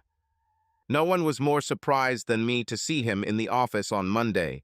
I assigned him to the field crew and told the supervisor and foreman not to coddle him, but to be lenient. Give him a chance. He's got a lot on the line. I later found out that he cried on the first day because his body hurt so much. The next day he could barely function, but he came. After a month, his body got used to it, and he had real muscles for the first time in his life. He was tried out for a variety of jobs and seemed to have a real affinity for installing and finishing drywall. Sometimes I would see him from my office, emerging from his work van, looking like a ghost covered in drywall dust. Heather moved to a position on the payroll, and she saw his name and his first paycheck. Then the alimony ended up in her account. She burst into my office. "Is this your business, Dad? Someone had to give him a job, and I didn't want you to have to take the kids to prison on a date. I paid him a visit and asked him nicely. I bet you probably beat him to a pulp and forced him to show up. I didn't do anything like that. If he didn't, that means he was more afraid of you than I thought. Do you think he'll last? Time will tell, girl. Now go pick up the kids from daycare so I can get my goodbye kisses. Only if the big girl can kiss him first." They crossed paths in the corridors from time to time and barely spoke. Then one day he begged her to let him have lunch with the children on the picnic tables outside the kindergarten. She almost disagreed, strictly explaining to him how to behave. She decided to have lunch with them to make sure everything would be okay. Everything was going well until Linny climbed onto his lap and showed him the little helmet I had given her. "Look, Dad, I also have a helmet. We will both be builders like Grandpa." Large tears streamed down his cheeks as he hugged her, and then Jeremiah, turning to thank Heather in a shaky voice for her kindness. Tears also flowed down her cheeks. He tried, if he worked nearby, to come for lunch as often as possible. He always asked Heather to have lunch with them if she had time. She found time. He left his father's townhouse and rented a small studio next to his office.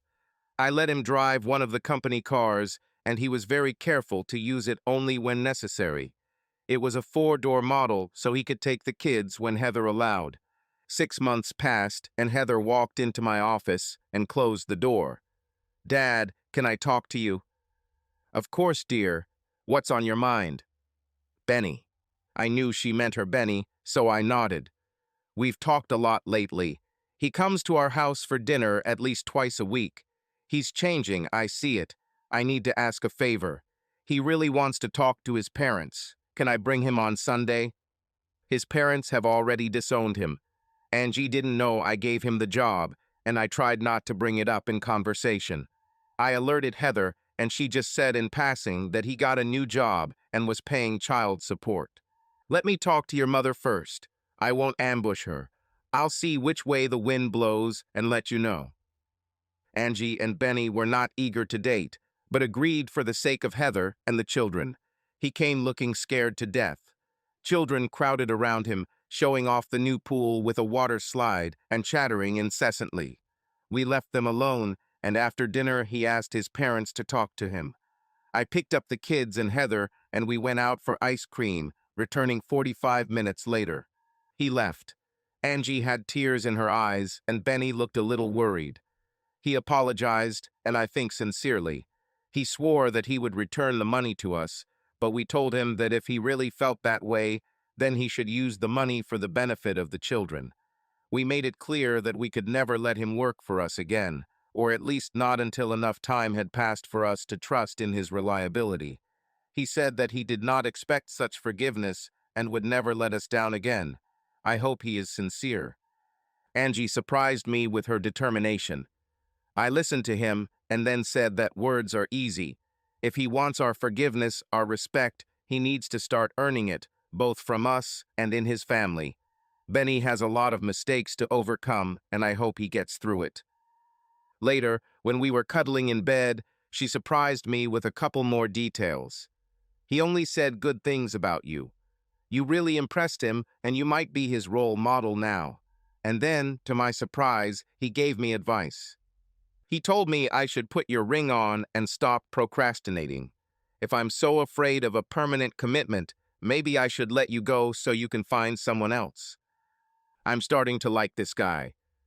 She pushed me. "Shut up. This is serious."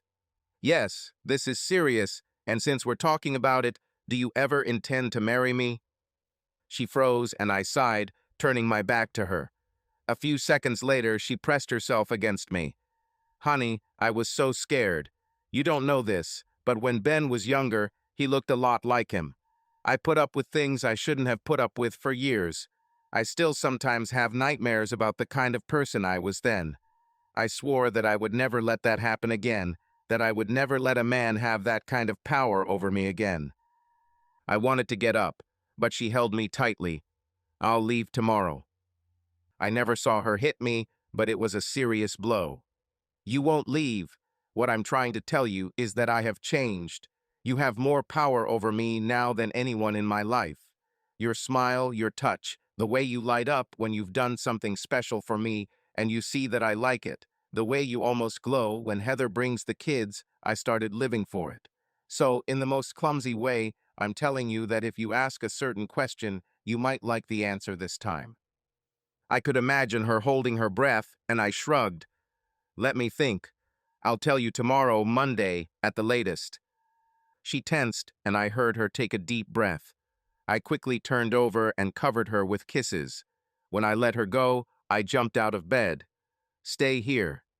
It's a good thing Heather and the kids weren't here. Otherwise, they might have seen me in the light of the full moon as I rushed past the window naked. I ran into the garden shed and found box after bag of bone meal. I knew that if I hid it there, she would never find it. Angie was deathly afraid of spiders, Once saw a writing spider on the wall and never went into the building again unless I was with her. She sat in bed, hugging her knees with her arms. She looked like a teenager, not a woman with 2 grandchildren. I crawled to the bed and jumped on it, wrapping it in a blanket. Then I kissed her until she calmed down. "Honey, I have something for you. There's a secret word you have to say to get it. Want to see?" She nodded and I smiled, showing her the box and opening it. I knew she would never have chosen this particular ring, but it seemed perfect to me, and she still didn't pay for it. Her eyes widened, and she tried to get out from under the blanket. "You don't want him? I thought you'd like it. I can always return it." By then, her left hand was already outstretched, and she was tapping my chest. "Give it to me." "No, no, you didn't say the magic word. Do you want to try again?" "You are disgusting." "Yes, fine. Yes, with all my heart, I am ready to become Mrs. Reginald Wilkes. Having said that, I believe that you have something that belongs to me, something that I will treasure for the rest of my life. Now give it back." I made her kiss me first, and then gently placed the symbol of my love on her graceful finger. She sighed. Then she hugged me and cried. I hugged her and cried. When we finished crying, we started kissing. 5 minutes later, she jumped out of bed and grabbed her phone. "I need to call Heather, and Vicky, Barb, Alice, and—" I gently took the phone from her. "You cannot." "Why?" "Because it's 1:30 am. They'll all be excited about the news, but not as excited as they would be if you called them now. Let's go back to bed." This time she swept me off my feet and into bed. I laughed. State award for Best Grandmother of the Year, 2 years in a row and still undefeated. This thought flashed through my mind as she hugged me. I was 48 at the time and she was 54. She sometimes reminded me that she was only 6.5 years older, but it felt like there were 2 teenagers in bed that night. We didn't wake up until 9 when Heather came to see us. Angie staggered out of bed, opened the door, and instead of speaking, simply stuck her hand with the ring in Heather's face. Heather then screamed, which caused a similar reaction from Angie, and I got up and started making coffee. I was in the middle of preparing breakfast when they calmed down and were able to speak coherently. As soon as they ate, the phones appeared in their hands again. I hurried away, called Ben, and we went to the boat. I told him about the night before while we were fishing from a specially designed platform, and after he caught a bass, he grinned and held out his hand. "Congratulations, you won a wonderful woman. However, if you ever treat her like I do, well, I can't punch you in the face, but I'm a great shot. Keep your guns in the safe. I think I can handle it." He called from the boat to congratulate her. He hung up laughing. "I'm going to be your best man. Heather and Vicky are going to be bridesmaids, and although they're a little old for it, Jeer and Linny are going to be ring bearers and flower girls. Do you think you can survive until the wedding is over?" "I can handle it," with my teeth gritted. 16 years later, Angie and I, along with Ben and Vicky, watched with pride as Lynetta received her master's degree in construction management and engineering, a double major completed simultaneously. Her management thesis was called Building a Box. She used part of her thesis for her speech at the ceremony. She described her journey from the time she was 9 and built her own jewelry box with hinges and a handle. She still keeps it. She then explained how she built a birdhouse, then a doghouse, then a playhouse, several small sheds, and finally designed and built a summer house that she designed in her spare time. It was built for a family. My grandfather Wilkes taught me how to build, guiding me from the box to the bungalow. He taught me that every building is basically a box. They just get bigger and more complex, so you need to build the best box you can. Then my grandfather Ben Bassett SR taught me how to build business relationships, how to always deal fairly and keep your word. And if you do that, you will always be successful, whether you make money or not. I have found this to be true for any relationship as well. You build a strong box and eliminate any weaknesses or shortcomings you find. My grandparents and mother always made sure my box was strong. When I get married and start my life with another person, rest assured that the box will be built around our love, and there will be no weaknesses in it. It was very touching. So why didn't she thank her father in her speech? He returned a few months after the first family dinner, and it took another month before they started sleeping together again. I made him a foreman because he deserved it, and after a year it seemed like they had overcome their problems. One day he simply disappeared. Without warning, he did not show up for work, packed his belongings into a truck and left. He left a brief note saying he was moving back to California, that he was sorry, and that he would be sending child support. Heather was devastated again. We had to send her and the kids to therapy to deal with the abandonment. Ben and I stepped forward to try to fill the void, and that helped a little. Of course, we hired detectives to find him, and they found him 2 months later. He worked for a construction company as a subcontractor on a large apartment building project and lived with one of his old girlfriends. It turned out she was the reason he wanted to move back to the West Coast. She left and got married when he returned home.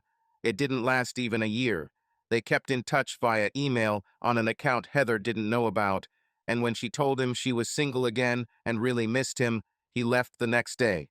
Heather cried a little and then moved on with her life. She didn't have the luxury of riding off into the sunset, leaving her children behind. She filed for divorce 3 months after he left and served him with the papers at his workplace. There was a clause in the documents about the payment of alimony, but she gave him a way out. Sign a waiver of parental rights, and you are free. His new woman was unhappy that he would have to give up so much of his income and pressured him until he signed. 2 years later, Heather was the deputy head of payroll and human resources, where she had to deal with every employee in some capacity. I sent her to study to finish her degree, allowing her to work half a day to attend classes. She returned full-time with alacrity, storming into my office and jumping into my lap. "Why are you so kind to me? I never told you, but my first wife was a selfish woman and lied to me about her ability to have children. She resisted adoption, and after we broke up, it was revealed that she had the procedure done to avoid pregnancy. I was doomed to be a dead end, biologically, to die unloved and unattached, and then I met Angie. I knew we could never have children, but her love was more important to me. Then you showed up and gave me a second chance. You and the kids were in my heart from the first day off, and my feelings only grew stronger. Heather, you are the closest thing to a daughter I have ever had, which is why I decided to adopt you. Not in a legal sense, you're too old for that, but in an emotional sense. And as my daughter, that automatically makes you my heir. That's why I insisted on you getting your degree. When I retire, my share of the business will pass to you. I've spoken to Sarah and David about this, and they think it's a good idea to keep the business in the family. The paperwork is ready, and all you have to do is accept the challenge when I leave." She got so emotional that I had to call Angie to calm her down. She stroked her until she stopped sobbing and smiling. "You really didn't see this coming? You were his pride and joy from the very beginning. Almost no one had any idea about this. Almost everyone will be very happy for you." Then David's son came over to fill out the insurance paperwork and met Heather. Sparks flew, and 15 months later, I had the honor of walking her down the aisle. Talk about keeping the business in the family. Sarah was David's sister, and her son was a military man, so Heather and David Jr. J inherited everything. By then, they were in their 30s, and to no one's surprise, they had a son, whom they named David Reginald. Heather warned us, "You have older children almost all the time. Let me be with this." It was really difficult, but we stuck it out. Jeremiah followed in Benny's footsteps, working summers and between studies at the company while both grandfathers mentored him. Lynetta did the same at my company. She even worked with construction crews for 2 summers before moving into the office to learn from her mother and Sarah.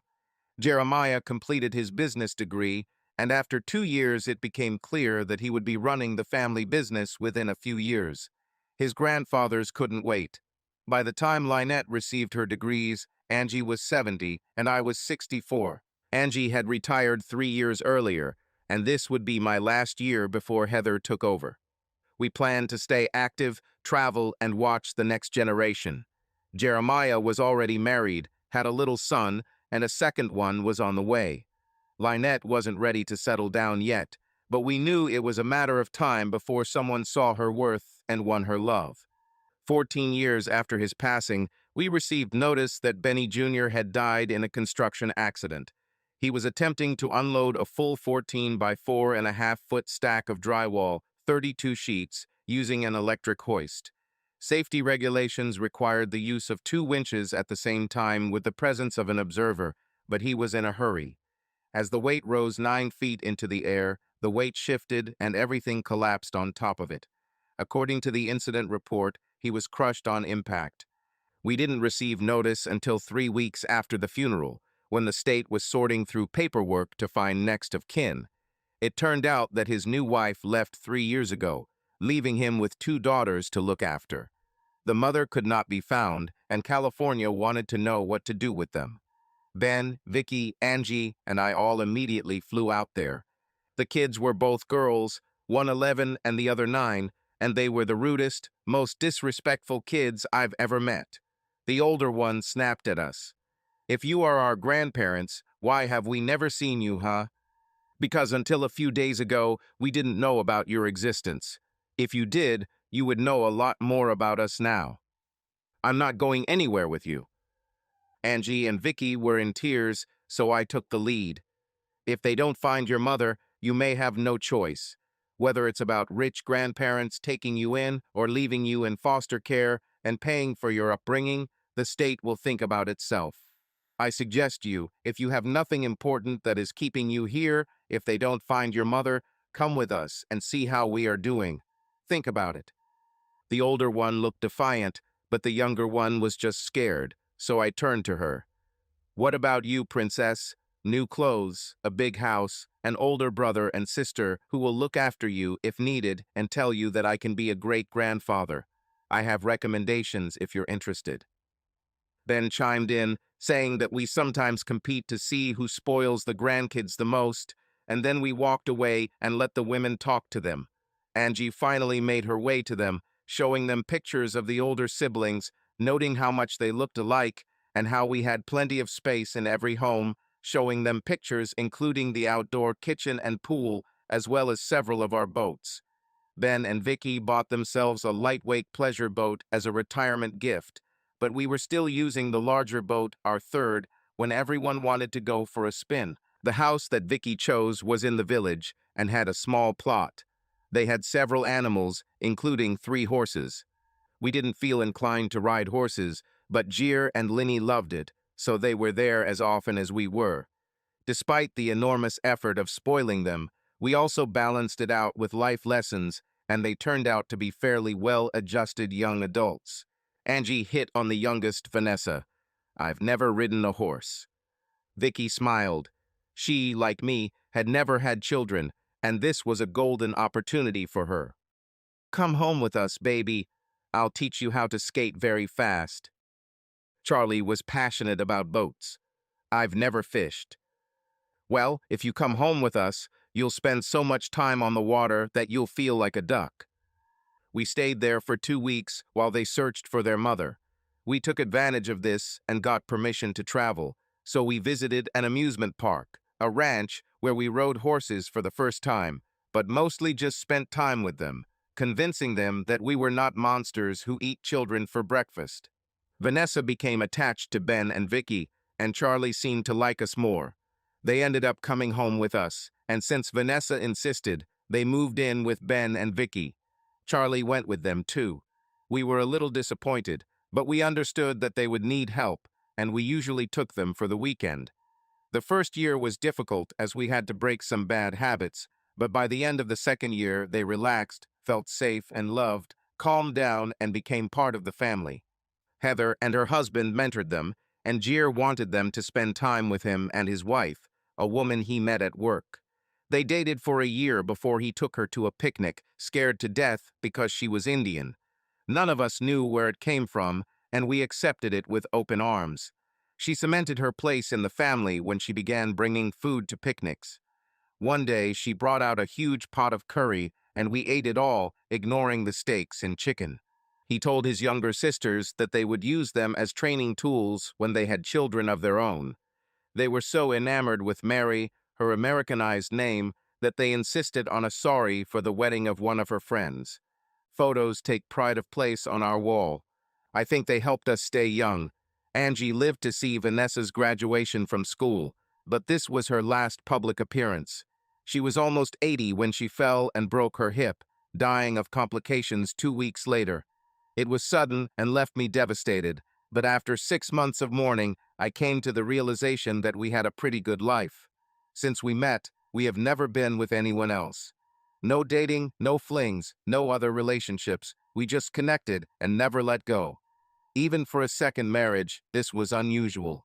Every night I looked at the sign I made for her a couple of years after we got married. It was an award plaque that proudly proclaimed, Hottest Granny of the Year, with our state's name and date in a small inset at the bottom. Every year I would take it to the reward store where I bought it and add a new insert with the current year.